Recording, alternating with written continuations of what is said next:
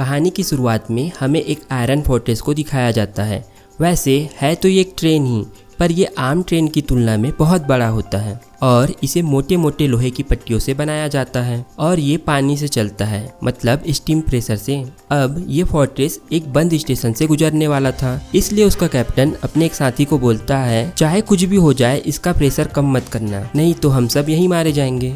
साथ ही एक लड़की वहाँ सबको बता देती है कि स्टेशन आने वाला है, सब अपने हथियार के साथ रेडी रहें। स्टेशन आते ही उस फोर्ट्रेस के ऊपर कुछ कबाने चढ़ जाते हैं। अब कबाने बेसिकली ज़ॉम्बी की तरह होते हैं, इनकी भी भूख कभी नहीं मिटती। ये इंसानों को काटकर अपने जैसा बना लेते हैं और इन्हें मारने के लिए इनके दिल को नष्ट करना होता है। पर ये इतना आसान काम नहीं होता, क्योंकि इनके दिल के चारों तरफ स्टील की एक परत लगी होती है।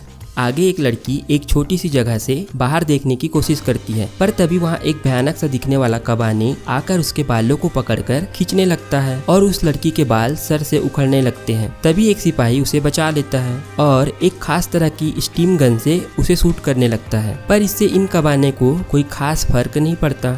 आगे उस सिपाही का गन एक कबाने पकड़ लेता है और उसे बाहर खींचने लगता है। उसके पीछे खड़ा उसका साथी उसे बचा लेता है, पर इसी बीच उसके हाथों को कबाने काट लेता है। ये देखकर फोर्ट्रेस के अंदर उसके सभी साथी डरने लगते हैं और उसे एक सुसाइड बैग देकर अपने आप को मारने के लिए बोलते हैं।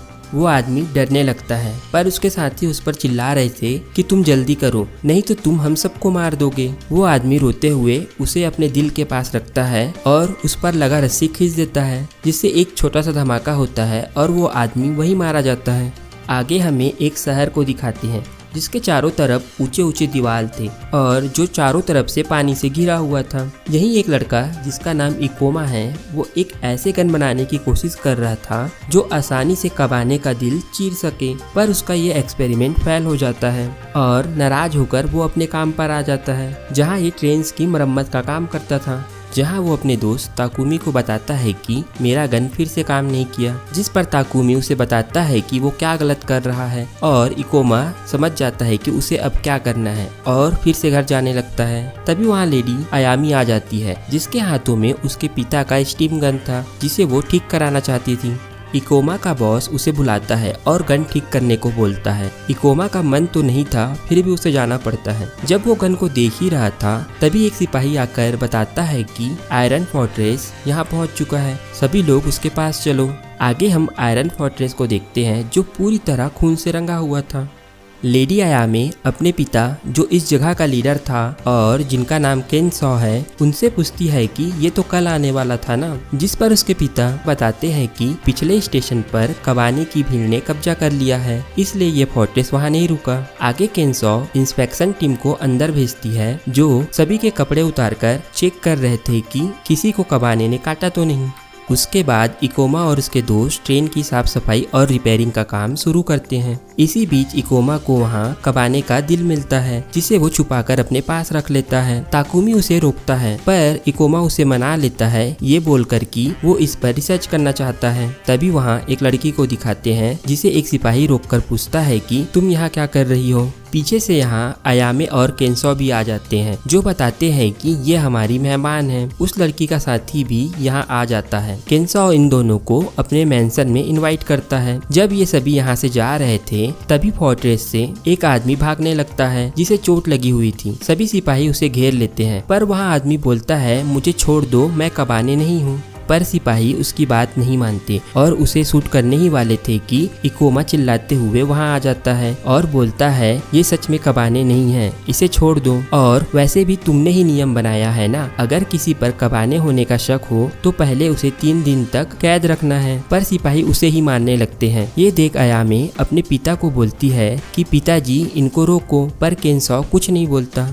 जब एक सिपाही लात मारकर इकोमा को दूर करता है, तब उसके पास से वो छुपाया हुआ कबाने का दिल गिर जाता है, जिसे देख सब हैरान होने लगते हैं। सभी उससे पूछते हैं कि तुम्हारे पास ये चीज क्यों है। तभी जब सबकी नजर इकोमा पर थी, वह आदमी उठकर भागने लगता है, पर सिपाही उसे देख लेते हैं और उस पर गोली चला देते हैं, जिससे वह आदमी मारा जाता है और सबको पता चल जाता है कि वो सच में कबाने नहीं था। इकोमा उनको बोलता है कि तुम्हें शर्म नहीं आई अपने ही लोगों को ऐसे मारने में। पीछे से केंसो वहां आ जाता है जो कुरुसु को बोलकर उसे बंदी बना लेता है और उसे जेल में बंद करवा देता है, ये बोलकर कि शायद ये कबाने हैं।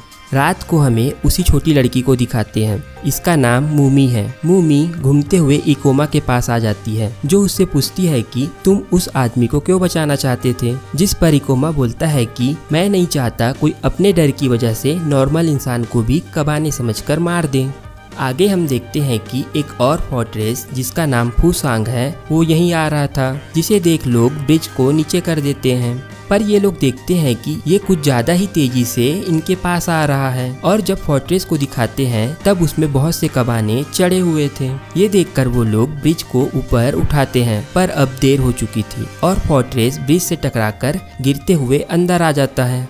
टक्कर के बाद उसमें बहुत बड़ा धमाका होता है और उसके बाद चीखते हुए उसमें से कबाने की भीड़ निकलती है जो एक एक कर सभी को मारने लगती है। इस जगह पर घंटी बजाकर सभी तरफ इमरजेंसी का सिग्नल पहुंचाया जाता है, जिसे सुनकर मूमी और सिपाही वहां से जाने लगते हैं। उनके जाने के बाद इकोमा भी पिन से लॉक खोलकर आजाद हो जाता है और अपने घर की तरफ भागने लगता है ताकि वो अपने पियर्सिंग कैनन को ठीक कर सके। आगे केंसो को दिखाते हैं जो सभी को बोलता है कि मैं आयरन फोर्ट्रेस को बचाने जा रहा हूँ, तब तक तुम सब यहीं रुको और मैं जब सिग्नल दूंगा तो तुम सभी वहाँ आ जाना। फिर इकोमा घर के पास आकर एक चाकू से अपना ही हाथ काट लेता है ताकि उसके खून की स्मेल से कोई कबाने यहाँ आ सके।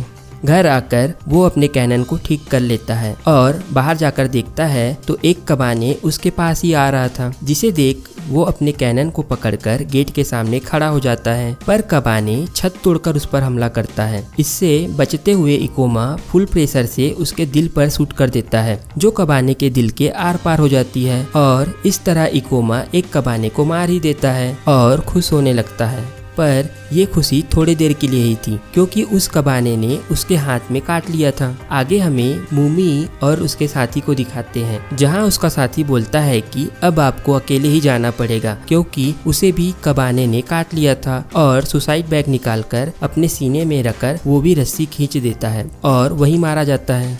मूमी अब अकेले ही भागने लगती है पर तभी उसके सामने एक बड़ा सा कबाने आ जाता है जो उस पर हमला करने के लिए दौड़ते हुए आता है। पर तभी मूमी एक बैक किक से उसका सर ही अलग कर देती है और यहाँ हमें पता चलता है कि ये कोई नॉर्मल लड़की तो नहीं है। आगे फिर इकोमा को दिखाते हैं जिसके शरीर में इन्फेक्शन फैल रहा था।